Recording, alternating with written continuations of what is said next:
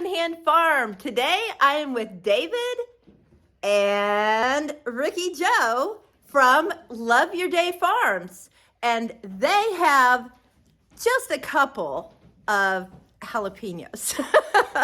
So David was just telling us how he sorts through them. Some are for jam making and some are for bread and butter pickle, not pickle, but jalapeno making. So now I'm going to let him continue telling us what he said. Like I was saying, these peppers here with the cracks on them here, from heat stress, from water, not getting enough water, just me leaving them out in the field. I like to turn these into the jam because they just, aren't as good looking. They might be a little hard, whatever, but we're going to grind them up anyways, so yeah. No big deal. These ones right here are a lot nicer. We're going to cut those into medallions and make bread and butter jalapenos out of those. So that's kind of why I have these sorted out. And then what you're not seeing is the other third of all the jalapenos. And they were all more of a darker red color. And I'll probably sort some of these out a little bit more. But they're the darker red color, and what I'll do is smoke those on the smoker and then dehydrate them and make chipotle powder out of them. I also grow Anaheim peppers and hatch chili peppers, and we do Carolina Reapers and the Moruga scorpion peppers and stuff like that. So we do a lot of different stuff with all of those, but these are some of the red hatch chili peppers that have been smoked and dehydrated, and these are some of the corvaci peppers, which are paprika peppers that have been smoked and dehydrated. And they smell so good, you guys, so good. We make these into chili powder. So this right here, this whole jar filled up is probably around 200 or 300 peppers. Oh my. So wow. This right here would make one batch of chili.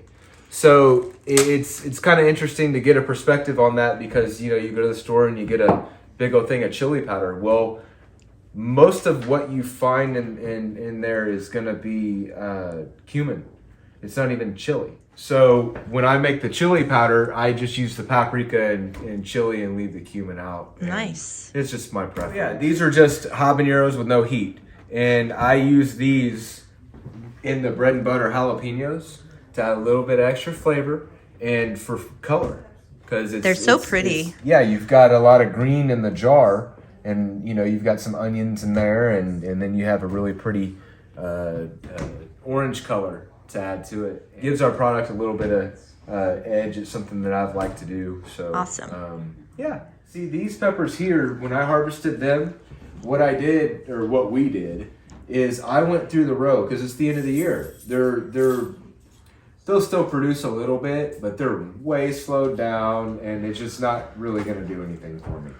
So I like to clean up my gardens in the fall and get them ready for the spring, kind of put them to bed for the winter. So what we'll do, or what we did, is we actually pulled the whole plants up.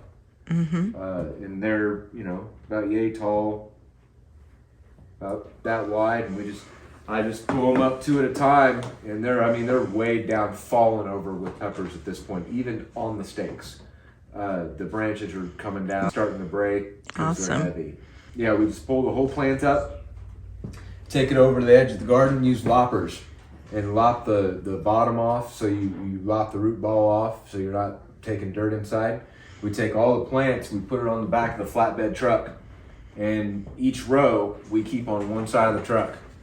And it's 11-foot flatbed truck, and each type of each type of jalapeno that we grew took up the whole length, and that's stacked up on each other. Then we get to go inside and pick peppers instead of bending over and picking peppers out of the field under the sun. So do you pick them throughout the year, or do you just wait until the end? I pick them throughout the year. And throughout the year, you can make a little bit of salsa with them. I mean, you can use them in fresh, recipes that call for fresh jalapenos, whatever. But the big harvest for me is at the end of the year. And that's when they really start developing a better flavor. I think, after they've been hot. You can kind of tell. I can tell by looking at them, but to the untrained eye, you wouldn't be able to. There's 3 different types of jalapenos here. There's TAM jalapeno, which is kind of a mild jalapeno. There's a Zapotec jalapeno, which is more of a hot, more flavorful jalapeno. And then we've got the nadapenos. And the nadapenos don't have any heat at all. And I found that when you make the bread and butter jalapenos, if you use all hot, it ends up being really hot. And the average person doesn't like it. Just people that like hot stuff like it.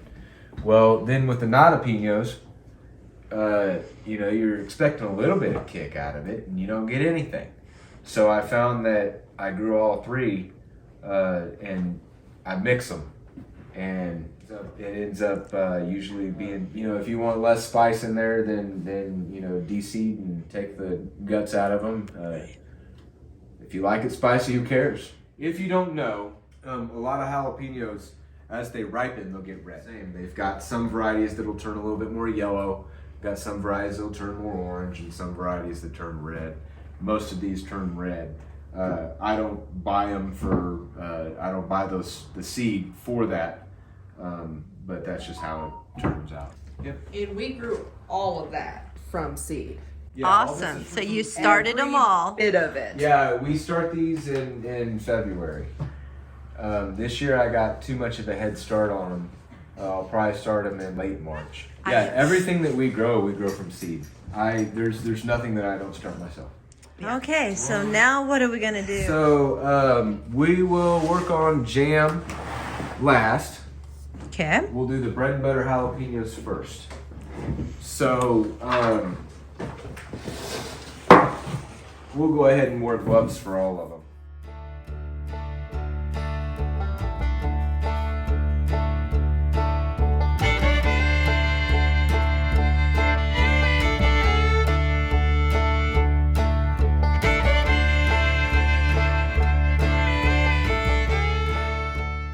Okay, we've made some really good progress. I think We've emptied the big tub of the jalapenos. So still lots to go, but progress is great. Still got this big bowl that we have to de-seed. These are chopped, a few more that need to be chopped, and this monster bowl. The diameter of this bowl is about, what would you say, 15 inches at the top? So it's a very big bowl. We've got the habanadas going, we've got more of these, and we still have to do all of those. We're not gonna do these today. We'll do those for jelly. So we've still got this box to finish, and everybody is working. We have new recruits. Everybody's doing a great job. Oh yeah.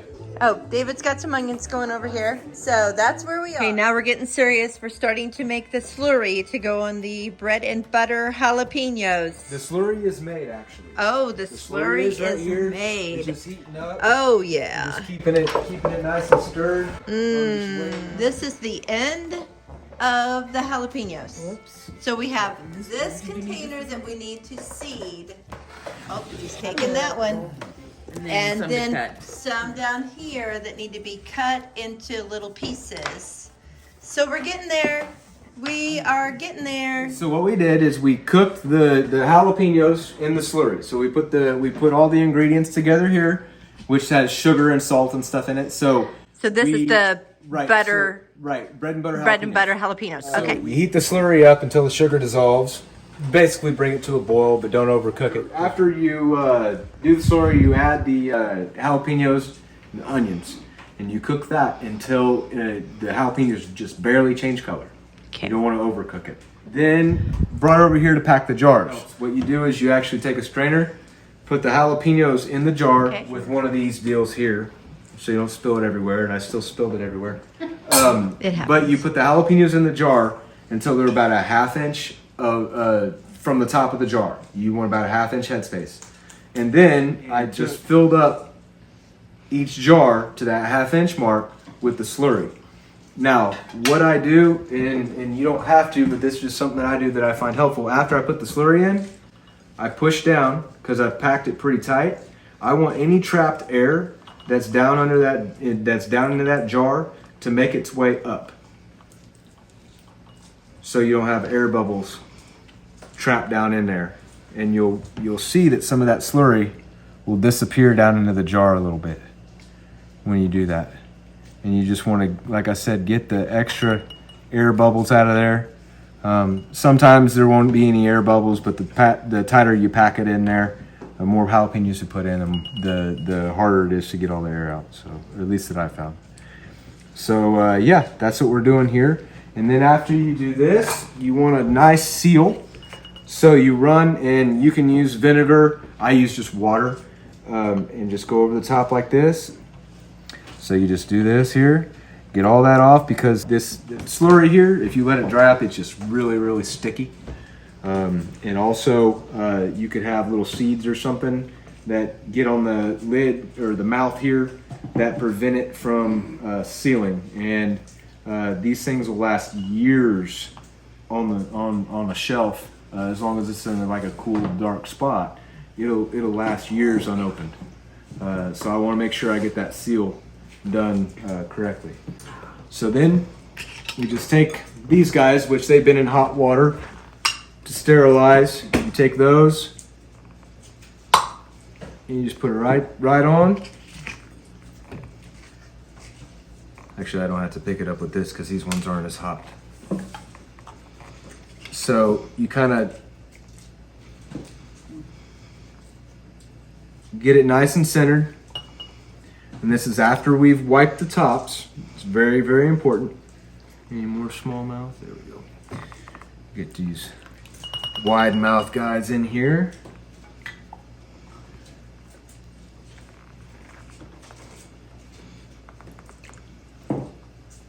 Now, the reason you leave about a 1/2 inch headspace, this one's a little full, but it'll be all right. The reason you want to leave a 1/2 inch headspace is so they don't explode when you cook them. When you That's throw 'em exciting. in the water, because the pressure will build up. You got too much in there. I've never had one explode. I've just had it not seal right.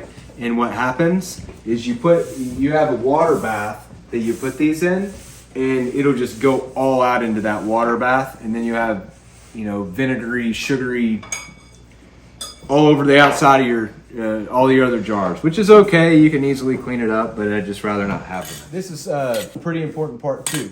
When you put these rings on, now watch how I do this. When you put these rings on, you don't want to crank it, okay? You want to take this finger and this thumb, unless you don't have really good grip in one of the other. Just take, if you got normal finger, normal thumb, just finger tighten it. Okay, now that's ready to go in the water bath. So I'm going to do the same thing to all these, and then we'll put them in the water bath. All right.